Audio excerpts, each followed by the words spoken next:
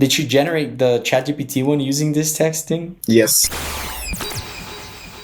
This is an endless possibility type of plugin. This is how I would call this. This is not like Serum where you only have a specific workflow. This is a endless way of doing anything. The infinite plugin, I would call it. The main sound for this song, Up All Night, sounds exactly like this.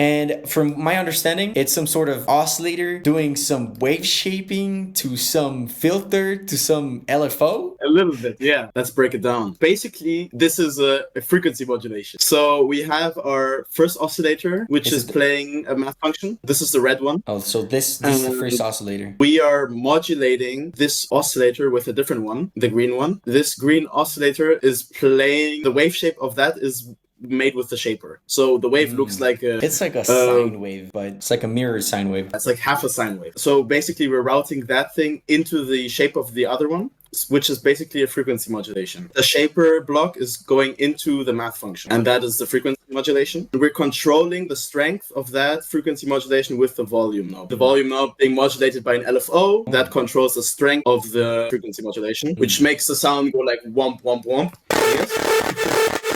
There's some other stuff going on. I mean, there's a noise in the pitch, which is also goofy. If you go to oscillate the red oscillator, there's like a noise in the pitch. You can hear it. It's very subtle, just a frequency modulation. People looking at this plugin for the first time and thinking like, bro, that's some...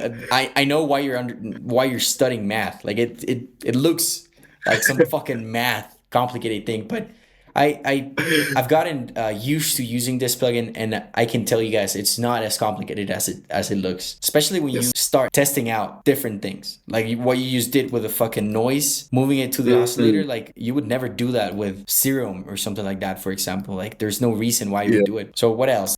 We have two sections in Fabrik. We have the pre-processing section and the post-processing. Everything that happens before the voice output is pre-processing, and everything that happens between voice output and output is post-processing. In this patch, there's no post-processing. It was only using pre-processing because I think we were using an older version of Fabrik at the time as well, and there was no post-processing. There's nothing much else. That's basically the sound. It's just two oscillators. We're frequency modulating one into the other. That's the core of it, and then you added a shit ton of post-processing. You should show what you did. For the main sound, we have some isotope trash, but I just added some distortion and some convolver, electric gate. Then you added this fast distortion, I'm sure, because I don't use fast distortion. It's too fast for me. Then we got magic stereo. Look at this guy doing splits.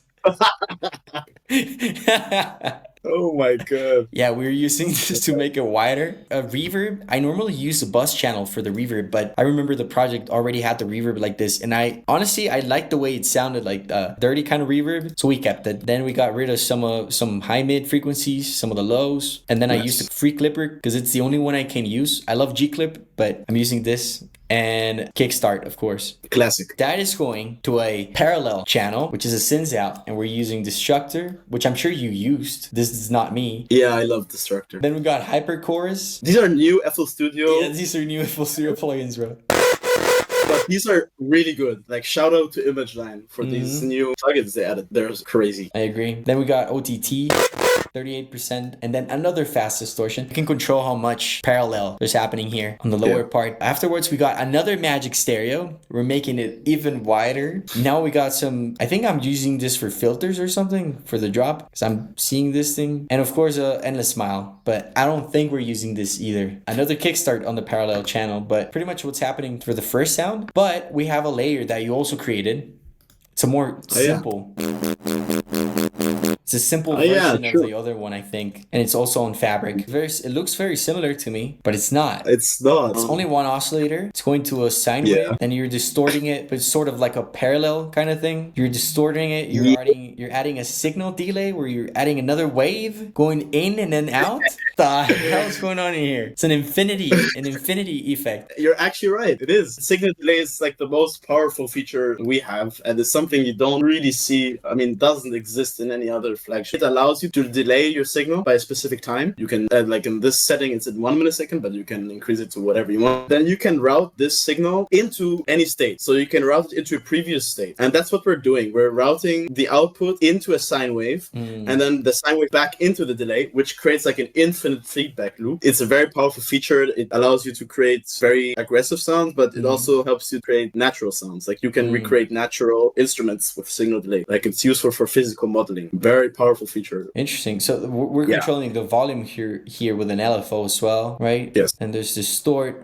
You're distorting pre, then after distortion with an LFO as well. Yeah. So it feels more distorted when it goes up, for those that don't know. And then finally the voice output, which is what you said earlier, the post-processing of it. Yes, there's no post-processing on this one. We made this in the older version of Fabrik. As I said, there wasn't even pre- and post-processing back then. If you guys get Fabrik, just really quickly, you got presets here, a bunch of them. Check this out. Yes. These are all made by Mad Miguel and some other people. Fraxi. ChatGPT? Is that ChatGPT? Yes, No, ChatGPT made presets.